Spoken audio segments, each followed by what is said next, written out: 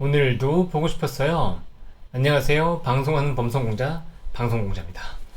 지금 마이크 문제가 있어가지고 이 세 번째 찍는 겁니다. 어쨌든 오늘 날씨가 진짜 너무 덥더라고요. 낮에 제가 아침에 방송하느라고 이제 정장을 입었었잖아요. 근데 정장 입다 보니까 낮에 집에 오는데 진짜 셔츠가 젖을 정도로 너무 더웠습니다. 여러분들은 뭐 많이 안 더우셨는지 모르겠네요. 이제 최대한 더위 먹지 말고 건강하게 지내시길 바라겠습니다. 그리고 또 조금 안타까운 일, 저한테도 좀 안타까운 일인데, 최근에 이제 뭐 유튜브가 너무 조회수가 안 나고 힘들다. 물론 보고 싶지만, 그래도, 이게 너무 이제 노력 대비해서는 힘들다라는 얘기를 들었었는데, 제가 최근에 강의도 오픈한다고 말씀드렸잖아요. 근데 강의도 역시나 조금 생각보다 많은 분들이 모이지 않아서 안 될 것 같아요. 이번에는 조금 안 되고, 만약에 한다 그러면 좀 여유롭게 다른 분들의 일정을 맞출 수 있게 다음 턴에 할 수 있지 않을까라는 생각이 듭니다. 아직은 확정은 아닌데 아무래도 생각했던 것보다 뭐 저 말고 주최하는 분들이 같이 계시니까 그분들이 생각했던 것보다는 좀 더 안 나왔던 것 같아요. 그래서 어렵지 않을까. 혹시나 이제 여기 계신 분들 중에 신청해 주신 분이 있다면 조금 마음의 준비는 혹시나 안 될 수도 있으니까 그런 쪽으로 생각 좀 해주시면 좋겠습니다. 일단은 시장을 먼저 보면 이제 항상 시장은 예상했던 것과 달라요. 삼성전자가 1%, 1.88% 빠졌는데 삼성전자가 사실은 조금 오르지 않을까? 라는 기대를 했었거든요. 근데 왜냐 이제 그 애플이 온 디바이스 기반에서 좀 오르면서 이제 디바이스가 많이 판매된다 그러면 D램이 많이 판매될 거다라는 기대감이 있었는데 그게 좀 무너졌고, 그다음에 3나노 쪽, 그러니까 파운드리 쪽에서 조금 안 좋다라는 얘기가 나오면서 삼성전자는 뭐 주가 그렇게 좋은 흐름은 아니었다라고 볼 수 있고요.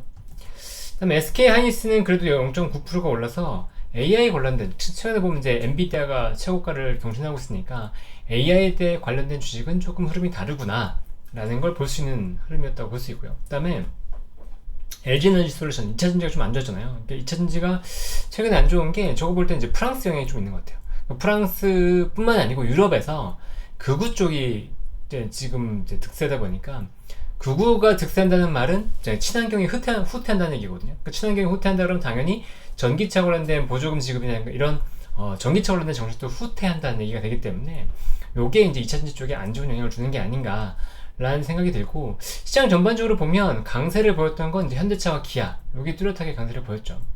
아침 방송에서 이제 제가 기아보다는 현대차가 좀 아닐까 싶었는데 역시나 이제 틀렸습니다. 현대차가 좀 더 약하고 기아가 더 강한 그런 모습이 나왔다. 어쨌거나 자동차는 주목을 해야 된다고 보긴 했습니다. 근데 자동차 쪽이 확실히 좀 강한 모습이 나왔고요.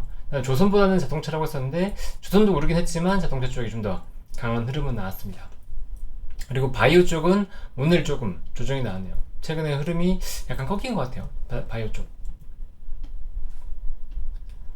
그리고 2차전지 쪽은 코스닥에서 봤을 때 안 좋은 흐름이 나옵니다. 그러니까 에스코프로비안과 알코프로 다 안 좋고, 그다음에 최근에 이제 선대인 관련주에서 강세를 보였던 엔캠도 7% 이상 빠졌습니다. 다만 바이오 같은 경우에는 코스피와 코스닥은 조금은 달라요. 코스닥에서는 이제 HLB나 알테오젠 같은 것들이 아직은 흐름을 이제 끝내지는 않고, 흐름을 끊기지는 않고 있는 모습이고, 그다음에 휴젤이 메디톡스와의 소송에서 이겼잖아요. 그 이후에 그래도 강세 흐름을 이어가는 모습입니다. 그리고 반도체 쪽에서는 업체별로는 조금 달라요. 아까 SK 하이닉스가 강세를 보였잖아요. 그런 흐름의 영향인지 AI 관련된 기업들이 여전히 강합니다. 근데 저는 AI가 지금 5파 굉장히 강한 흐름이 갈 수 있다고 보고 있는데, 시장이 예상하지 못했던 굉장히 강한 흐름이 나올 수 있다고 보고 있어서 지금은 주목해야 된다. 근데 이제 테크윙이 관련된 대표적인 주식이죠. 그다음에 HPSP도 올랐고, 그다음 재룡전기도 관련된 AI 전력기기 관련된 업체잖아요. 그래서 이런 기업들이 지금 특히나 재룡전기 같은 경우에는 고점을 무너뜨리지 않고, 그러니까 저점을 무너뜨리지 않고 다시 반등이 나왔거든요. 그리고 저희 정고점 수준인데 만약에 정고점 뚫린다 그러면 이게 더 갈 수도 있을 것 같아요. 그래서 재룡전기 좀 눈여겨보자, 돼지꼬리 정도 이렇게 얘기할 수 있을 것 같고, 그 다음에 2차전지 여전히 안 좋은 모습 나왔다.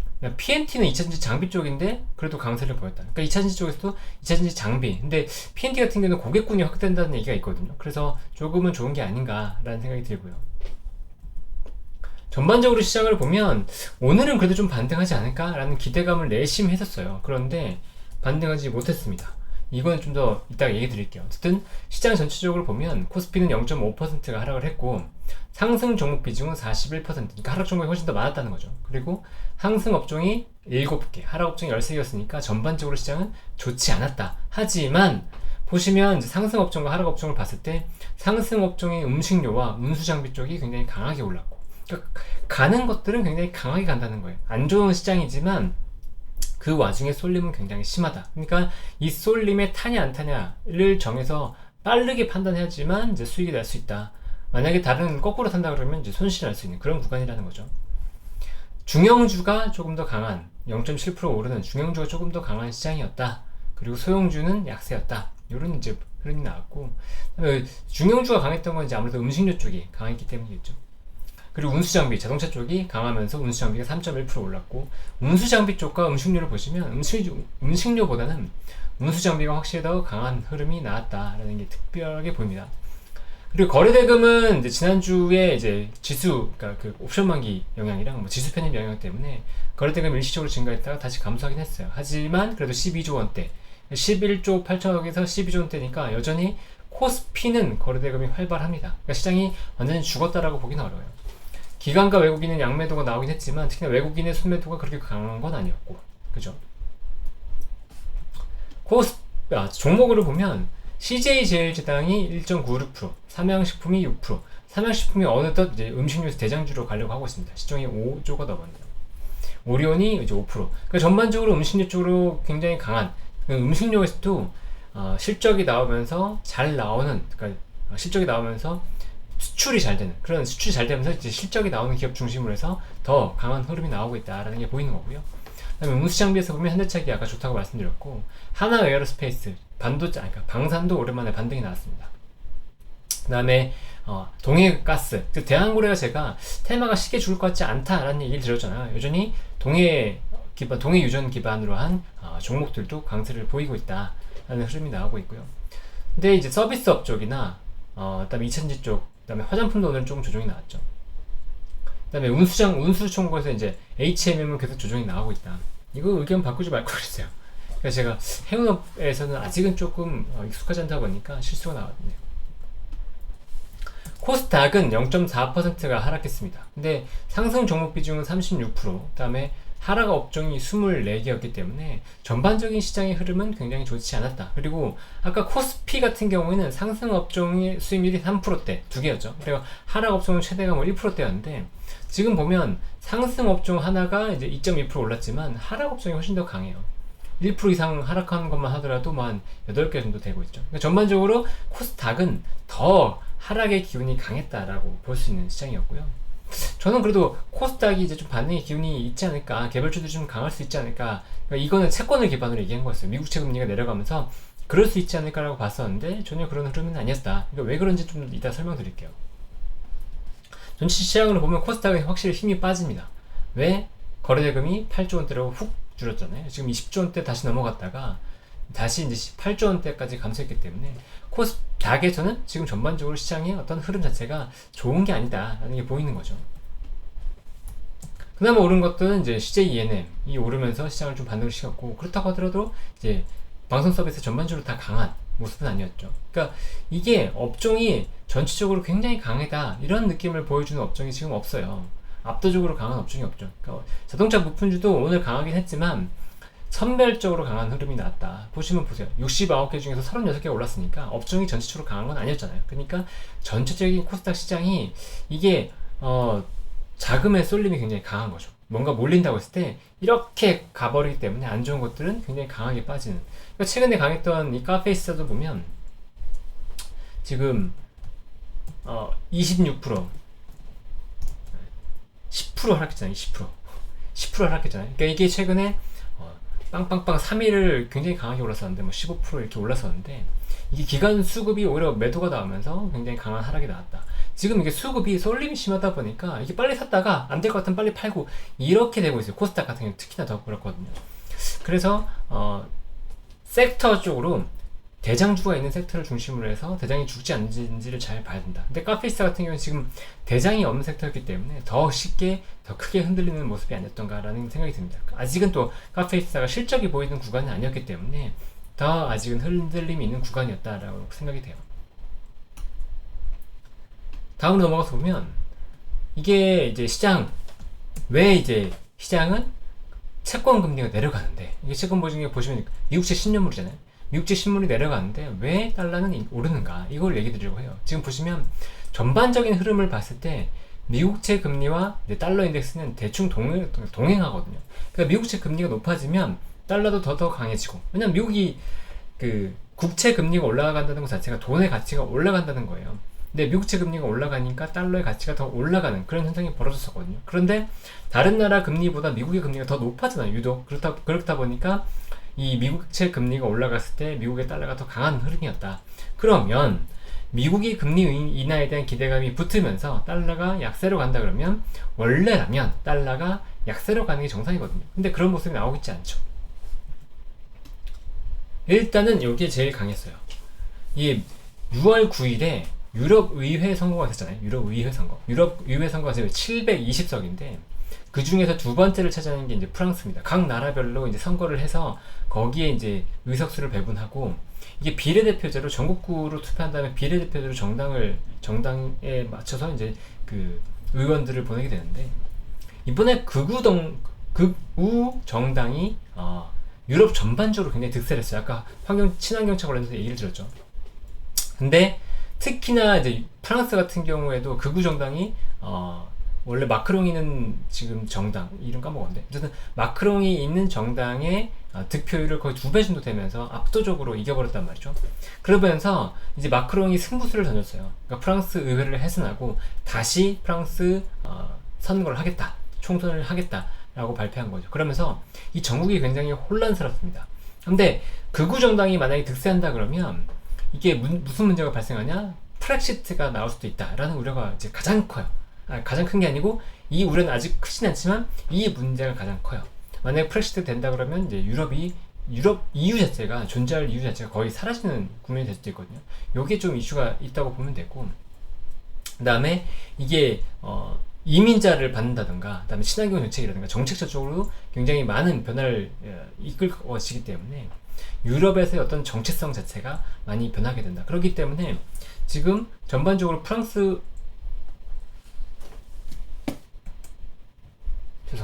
이게 전반적으로 프랑스 시장 자체가 뭐 그렇게 좋은 흐름은 아니었단 말이죠. 그 프랑스가 최근에 6월 10일 딱 선거 이후에 어떻게 됐냐? 아이고, 죄송합니다. 한 번씩 실수가 나가지고. 프랑스가 이제 선거 이후에 어떻게 됐냐? 보시면 이게 6월 10일 선거 직후에 1% 빠졌죠. 그 다음 또 1% 빠졌죠. 잠깐 반등했다가 그저께 1.99%, 또 어제 2.69%. 그 프랑스 시장이 지금 급락하고 있는 거예요. 보시면 이렇게 단기에 이렇게 빠져버리잖아요. 이게 의회 선거 때문인데, 프랑스 전국에 대한 불안감이 굉장히 큰 거죠. 그러니까 프랑스가 유럽에서, EU에서 특히나 굉장히 큰 나라다 보니까 이 프랑스가 이렇게 흔들리면 어떻게 되겠어요? 유럽의 환율이 흔들리겠죠. 그러다 보니까 유럽의 환율이, 유로 환율이 떨어져 버렸단 말이죠. 그러니까 이게 유로가 약세로 가면 당연히 달러는 강세로 가는 이런 흐름이 보일 거다라는 거죠. 그렇다 그러면 EU 이외에 이제 환율에 또 크게 작용하고 있는 뭐 캐나다라든가 일본이라든가 뭐 스위스라든가 이런 곳들은 보면 환율이 또 강할 요인이 있느냐? 캐나다 같은 경우에 최근에 먼저 금리 인하를 해버렸잖아요. 그러니까 캐나다가 버텨줄까는 아닌 것 같고, 그렇다고 해서 일본이 좋나요? 일본이 지금 환율 역대 최대로 가고 있잖아요. 지금 이게 일본 환율인데, 일본 환율을 치솟고 있단 말이에요. 아까 유로가 먼저 있었기 때문에 유로가 약세로 간 거고, 이거는 이제 엔화 환율이 올라간다 그러면 엔화가 약세로 가는 거거든요. 올라가면 지금 보면 엔화가 약세로 가고 있다는 거예요. 최고치를 지금 160엔까지도 지금 가고 있는 그런 모습이 나오고 있기 때문에 엔화가 이렇게 약세를 보이는데 또 달러가 더 약세로 간 지금 분위기는 아닌 거죠. 거기다가 위안화는 약세로 가나요? 물론 이게 인덱스에는 포함되지 않지만 원화에는 굉장히 중요하거든요. 근데 위안화도 지금 다시 반등을, 그러니까 다시 강하게 올라서 버렸단 말이죠. 그러니까 원화도 버틸 수 없는 거예요. 지금 보시면 여기 빨간색으로 보이는 게 원화인데, 원화가 이렇게 올려버린 거죠. 그런데 보시면 이게 빨간색과 파란색을 보면 거의 반대로 움직여요. 이게 코스피 지수고, 파란색이 코스피 지수고 빨간색이 달러인데, 원달러 환율인데, 이게 코스피와 달러는 환율은 반대로 갑니다. 그러니까 원화가 강세로 가면 코스피 강세, 원화가 약세면 코스피 약세. 이게 일반적인데 최근의 동향을 보면 약간 달랐던 거죠. 코스피도 강세였고 원화도 약세였고, 이게 이제 삼성전자의 영향이 조금 있었다고 보고 있는데, 삼성전자나 아니면 SK하이닉스 이런 영향이 있었다고 보고 있는데, 어쨌든 지수를 주도한 종목들은 강세를 보였지만 전반적으로 시장 자체는 좋지 않은 그런 흐름으로 이어졌던 가장 큰 배경이었다라고 볼 수 있는 거죠. 그러니까 이렇게 환율이 좋지 않은 상황에서 전반적으로 시장이 강세를 보이기는 지금은 어렵다. 자금도 부족한데, 국내에서도 지금은 그렇게 자금이 많지 않은 상황에서 외국인도 지금 우리 시장을 사지 않는다고 하면 당연히 우리 시장은 지금 좋지 않은 국면이다 라고 봐야겠죠. 그렇다면 원화가 얼마까지 약세를 갈 거냐, 계속해서 약세로 갈 거냐, 그렇게까지는 아닐 거다. 아까 말씀드렸듯이 국채 금리 자체가, 미국채 금리가 이제 4.3% 밑으로 내려가잖아요. 10년물 같은 경우에. 그러니까 4.2%에서 안정을 보인다 그러면 뭐 달러가 여기서 추가적으로 완전히 강세를 보일 가능성은 뭐 크지 않다고 보거든요. 그렇다 그러면 뭐 시장 환율의 안정을 찾으면서 우리 시장 같은 경우도 조금은 반등의 여지가 생길 수 있지 않을까라는 기대감을 좀 갖게 됩니다. 전반적으로 이제 기관 외국인의 수급에 대한 얘기인데, 아직은 무언가에 대해서 강하게 섹터로 사는 모습은 없죠. 지금 봤을 때 자동차 부품이 있긴 하지만 특정 섹터에 대해서 이거 뭐 몰빵이라는 표현 좀 애매하지만 어쨌든 여기 강하게 베팅할 거야, 이런 흐름은 아직 없다는 말이에요. 근데 좀 특이한 건 사조대림이 식품 쪽인데 18%가 올랐다. 롯데헬프도 7.5% 올랐다. 왜 이거 특이하다고 하냐? 제가 예전에 이제 공시 관련된 방송에서 계속 얘기했던 종목이기 때문에 특이하다고 하는 거예요. 근데 사조대림 같은 경우는 지난주 금요일에 김밥으로 엮였죠. 김밥으로 엮여서 처음에 타이머를 타고 상한가 가는 줄 알았더니 보니까 오늘 기관도 21억 원 스매시 했다는 거예요. 시가총액, 유동시가총액 대비해서 보니까 1%나 샀다는 거죠. 왜 이렇게 샀냐? 싸다. 사조대림은 여전히 싸고 이게 김밥까지 붙는다 그러면 밸류가 올라갈 거다 라는 기대감이 붙었다라고 볼 수 있는 거고요. 그리고 이제 사모펀드 쪽에서 보면 자동차 부품 쪽 서현이화라든가 화신 이런 기업들을 좀 들어오는 게 보이고, 그 다음에 화장품 쪽 한국 화장품 제조 CNC 인터내셔널 여전히 화장품 쪽 사고 있는 게 보이고, 그 다음에 재롱전기 아까 말씀드렸죠. 이게 재롱전기가 조금 심상치 않다. 아까 자질권리 땡땡했지만. 그리고 이 사조대림을 산 게 누구였냐? 사모였다는 거. 사모. 만약에 이게 뭐 금투나 이런 쪽에서 샀다 그러면 의미가 없는데 사조대림을 사모에서 강하게 베팅했다. 근데 사모에서 강하게 샀다고 해서 무조건 좋냐? 그런 건 아니라는 거죠. 아까 카페이스타 보셨듯이 강하게 샀다가 또 강하게 팔아버리면 급락이 나오기 때문에 이 수급 자체가 지금 당장 무조건 좋다 이런 흐름은 아니에요. 왜냐면 기관도 돈이 계속 들어오는 게 아니기 때문에 기관도 수급이 얇아요. 그리고 이제 다음 넘어가 보면 오늘의 테마주로 바라보시죠. 오늘따라 좀 실수가 많네요. 오랜만에 해서 그런가. 이게 펜을 다루다 보니까 마우스랑 다르게 조금 실수가 나오거든요. 좀 이해 부탁드립니다. 오늘의 테마에서 보면 아까 말씀드렸듯이 사주 대림, 나도 김밥 수출주 하면서 급등했다.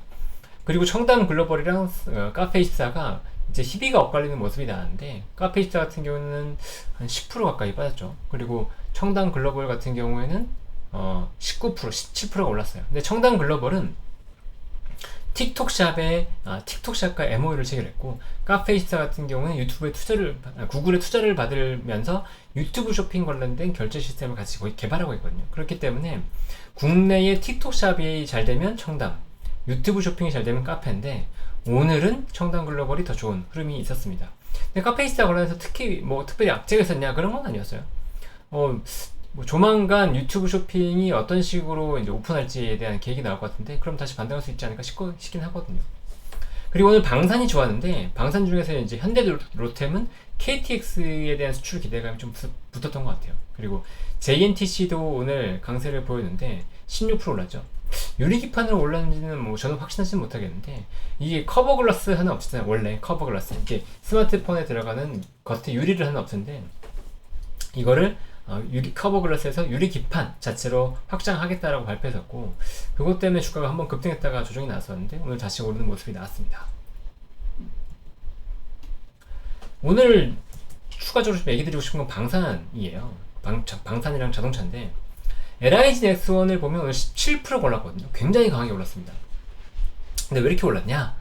비궁이라는 게 있어요. US는 천궁도 있고 비궁도 있고 하는데, 천궁은 이게 그냥 일반 미사일이라고 한다면, 비궁 같은 경우에는 지대함, 그러니까 지상에서 함대를 대상으로 유도 로켓을 써놓은 거예요. 이게 비궁인데, 이 비궁이 지금 림팩이라고 7월에 이제 미 국방부에서 마지막 성능 평가가 있답니다. 여기서 이제 성능 평가를 통과한다 그러면 시험 발사를 성공했을 때 수출 계약이 거의 확정된다고 해요. 그러면 우리나라 방산업체가 이 미국 시장, 엄청난 미국 시장을 뚫게 되는 거거든요. 특히나 이제 단순한 총알 같은 것도 아니고 이 유도 로켓이면 이게 첨단 무기잖아요. 이거를 미국을 뚫게 된다는 건 굉장히 큰 의미가 있다. 그래서 기대감이 좀 붙는 것 같습니다. 근데 이 방산주들의 차트가 좀 의미가 있어 보여서 방산주들을 다 좀 보고 있거든요. 여기 보시면 여기 206,500원 오늘 종가인데 고점 대비해서 0% 이게 무슨 말이죠? 신고가 기록했다는 거예요. 전고점 오늘 돌파해버렸습니다. 그래서 이 LIG 넥스원이 바닥에서 3배가 올랐지만 여기서 전고점을 돌파했기 때문에 지금 전반적인 흐름은 굉장히 긍정적이다 라고 판단이 돼요. 그래서 지금 돌파하고 다시 더 올라갈 수 있는 모멘텀이 됐다고 보고 있거든요. 왜냐면 방산은 실적이 붙는 구간이에요. 올해 실적이 붙고 여기에 추가 수주가 붙는 기업들은 충분히 더 주가가 올라갈 수 있다고 보고 있거든요. 근데 LG 넥슨만 그러냐? LG 넥슨 보시면 일단 기관과 외국인 순매수가 강하게 들어왔죠. 외국인 순매수 상대 강도로 11이기 때문에 이것도 굉장히 강했고, 그 다음에 기관 순매수가 1년에 3위, 2년에 5위였기 때문에 역시나 이것도 강한 모습이 나왔습니다. 근데 LIG 넥슨만의 모습이었다면 조금은 부족할 수 있는데 그렇지 않았다는 거예요. 오늘 아까 KTX 수출에 대한 기대감이 붙었다고 했는데 현대로템은 기관 순매수 260억, 그 다음에 외인 순매수 585억, 외인 순매수 상대 강도는 7위까지 올라왔습니다. 근데 이 개별적으로 봤을 때 지금 상대 지표 말고 절대 지표로 봤을 때 이 현대로템의 기관 순매수 강도는 1년 내 3위, 3년 내는 5위, 굉장히 강했죠. 그리고 전고점 돌파했잖아요. 그렇죠? 그러니까 똑같이 현대로템이나 LG 넥스원이나 굉장히 지금 전고점을 돌파하면서 다시 갈 수 있는 자리다라는 거예요. 하나에어로스페이스 볼까요? 하나에어로스페이스 기간 270억, 그 다음에 외인 순매수 101억. 그 기간 순매수의 상대 강도는 51위가 나왔습니다. 절대 강도 같은 경우에는 1년 내 2위, 3년 내 4위가 나왔어요. 굉장히 강한 순매수가 나왔던, 역시나 강한 순매수가 나왔고, 전고점을 돌파하기 직전입니다. 그 전고점 대비해서 1%가 낮으니까 전고점 돌파하기 직전이다. 그러니까 지금 방산 차트가 동일하다는 거예요. 이렇게 동일한 이유는 실적이 나오는 구간에서 수주가 붙은 기업들이 생기고 주도주가 생기니까 같이 반등이 나올 수 있지 않을까. 그것도 외국인과 기관이 동시에 순매수하면서 반등이 나올 수 있지 않을까 라는 흐름으로 본다는 거죠. 물론 이제 순환매 차원에서 지금 돌고 있기 때문에 그런 차원에서 이제 방산 쪽으로도 지금 자금이 다시 갈 수 있는 구간인 것 같다라는 느낌이고요. 하여튼 마지막으로는 자동차인데, 자동차가 아침에 공시가 있었어요. 보시면 인도 증시에 상장하기 위해서 인도증권거래소에 IPO 서류를 제출했다. 이게 풍문조회 공시에서 나왔거든요. 근데 이 IPO 관련 서류를 제출했다는 이 공시가 나오면서 아침부터 이 부품주들이 굉장히 강하게 올랐습니다. 현대차도 4%대 4% 가까이 올랐고, 기아차도 올랐고, 그다음에 인도지에 진출한 부품사들 SR, 화신, HL만도, 성화이텍, 서현이와 다 강한 흐름이 나왔다라는 거죠. 근데 자동차 부품사들은 역시나 이제 실적이 좋고, 근데 주가가 이제 막 반등한 차원이기 때문에 방산과 자동차가 새롭게 모멘텀을 갖고서 올라갈 수 있는 주식이 될 수도 있을 것 같거든요. 그러니까 지금은 화장품과 음식료가 주도했었다 그러면 그 차후로 이제 자동차와 방산, 특히나 이제 방산 전고점 뚫었기 때문에 저는 굉장히 의미있게 보고 있는데, 어쨌든 이 두 개 섹터 쪽으로 다시 한번 자금이 들어올 수 있기 때문에 요거에 관심을 두고 좀 보시면 좋을 것 같다라고 말씀드릴 수 있을 것 같습니다. 오늘 이건 뭐 대충 이제 밸류에이션인데, 자동차 기업들이 이거는 이제 연한산 1분기 실적 기반으로 해서 연한산 했을 때 POR은 여전히 싸다, 이걸 얘기 드리는 거고요. 오늘 얘기는 여기까지입니다. 우리는 분명히 더 행복해질 거라고 믿습니다. 그러면 내일 또 찾아뵙겠습니다. 여러분 안녕.